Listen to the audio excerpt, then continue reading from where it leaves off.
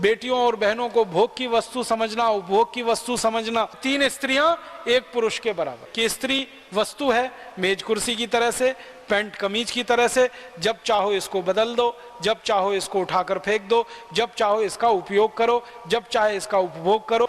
यत्र नार्यस्तु पूज्यन्ते रमन्ते तत्र देवता।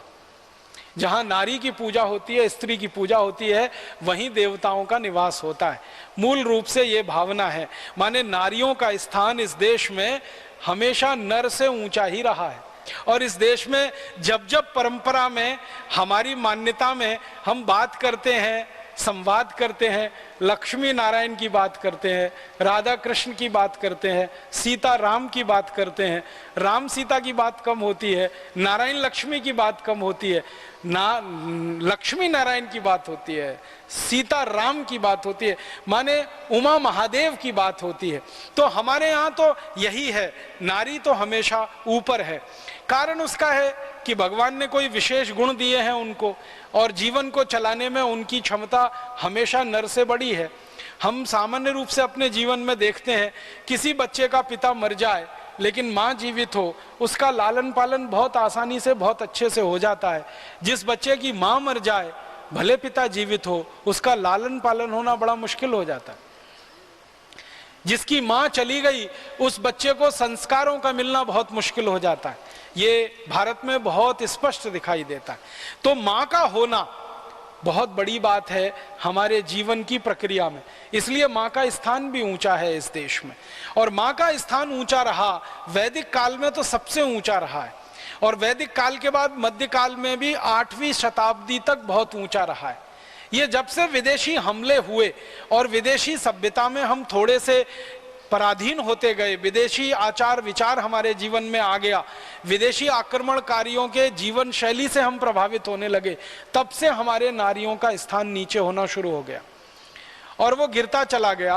अंग्रेजों के ज़माने में तो सबसे ज़्यादा गिर गया, फ्रांसीसियों के ज़माने में, पुर्तगालियों के ज़माने में बहुत गिरा, अंग्रेजों के ज़माने में सबसे ज़्यादा गिरा। उसके पहले थोड़ा बहुत मुगल शासन काल में भी गिरा। तो वो गिरावट हम में आती गई।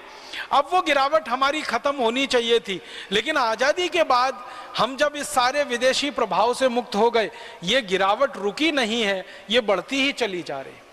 इसका मतलब क्या है? विदेशी प्रभाव से शारीरिक रूप से हम मुक्त हो गए, लेकिन बार बार मैं कह रहा हूं, मन से और आत्मा से अभी भी हम विदेशी प्रभाव में ही हैं। तो नारी को देखने की जो दृष्टि अंग्रेजों के समय में, नारी को देखने की जो दृष्टि फ्रांसीसी और पुर्तगालियों के समय में इस देश में आई, कमोवेश वही दृष्टि अभी भी हमारी आंखों में बसी है, और उसी का प्रभाव है जो नारियों की इस देश में बेइज्जती और दुर्गति हो रही। अंग्रेजों की मान्यता, यूरोप वालों की जो मान्यता है ना, वो नारी के लिए पता है क्या है? बहुत खराब लगता है। सारे यूरोप के दार्शनिक एक बात पर सहमत हैं, और वो बात ये है कि नारी में आत्मा नहीं होती। यूरोप के सभी दार्शनिक ये कहते हैं। अरस्तु कहता है, सुकरात कहता है, लेबिनिज कहता है, दिकार्ते कहता है, सारे यूरोप के दर्शन शास्त्री एक से लेकर अंतिम तक सब कहते हैं स्त्री में आत्मा नहीं होती, और स्त्री वस्तु के तरह की होती है। जैसे मेज होता है, जैसे कुर्सी होती है, वैसे स्त्री होती है। जैसे कपड़े होते हैं, वैसे स्त्री होती है। मेज कुर्सी को समय आने पर फेंक दिया जाता है, वैसे स्त्री को फेंक दिया जा सकता है। समय आने पर मेज कुर्सी को बदल दिया जाता है, ऐसे स्त्री को बदल दिया जाता है। तो यूरोप और अमेरिका के दार्शनिकों ने ये जो मान्यता बनाई, और उस मान्यता के हिसाब से अपने देश में सैकड़ों साल उन्होंने जीवन चलाया, वही मान्यता धीरे धीरे हमारे देश में भी आई जब हम यूरोप और अमेरिका के प्रभाव में आ गए। और समाज के एक वर्ग में, भारत में विशेष रूप से जो अंग्रेजी से प्रभावित है, अंग्रेजियत से प्रभावित है, उसमें भी ये चेतना बैठ गई है कि स्त्री वस्तु है, मेज कुर्सी की तरह से, पैंट कमीज की तरह से, जब चाहो इसको बदल दो, जब चाहो इसको उठाकर फेंक दो, जब चाहो इसका उपयोग करो, जब चाहे इसका उपभोग करो, और जरूरत पड़ने पर उसके हिसाब से, अपने हिसाब से कुछ करो। उसका ही दुष्परिणाम है कि हमने स्त्रियों की हत्या करना शुरू कर दिया। दहेज के लिए हमने स्त्रियों की हत्या करना शुरू कर दिया, छेड़खानी के लिए हमने स्त्रियों की हत्या करना शुरू कर दिया, उनके गर्भ में ही मर जाने के लिए। माने इतनी खराब स्थिति हमारे देश में आ गई है कि बेटियों को गर्भ में ही मार दिया जाए, क्योंकि दहेज देना पड़ेगा। गर्भ में से जन्म लेकर अगर आ जाएं तो छेड़खानी में मार दिया जाए, क्योंकि वो हमारी नहीं सुनती हैं, दहेज की हत्या कर दी जाए क्योंकि वो अपने साथ वस्तुएं लेके नहीं आई हैं। ऐसा माहौल पूरे देश में बन गया है और सरकार के आंकड़े बताते हैं कि बहुत दर्दनाक है। हर घंटे में 2 माताएं या 2 बहनें हमारी दहेज के लिए मार डाली जाती हैं।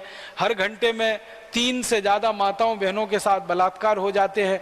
हर घंटे में 4 से 5 बहनों माताओं बेटियों के साथ छेड़खानी की घटनाएं हो जाती हैं इस देश में, और ये बढ़ता ही जा रहा है, बहुत खराब है। 1 करोड़ से ज्यादा कन्याओं की भ्रूण हत्या कर दी जाती है इस देश में। ये सबसे ज्यादा शर्मनाक है उस देश में जहां यत्र नार्यस्तु पूज्यन्ते रमन्ते तत्र देवता वाली संस्कृति रही हो। अब वो हम इतनी नीचे, इतनी गिरावट में आ चुके हैं।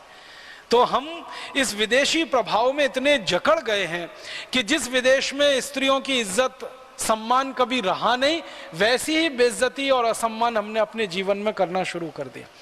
आपको सुनकर बहुत हैरानी होगी, ताज्जुब होगा, पहली बार मुझे भी बहुत हैरानी हुई थी।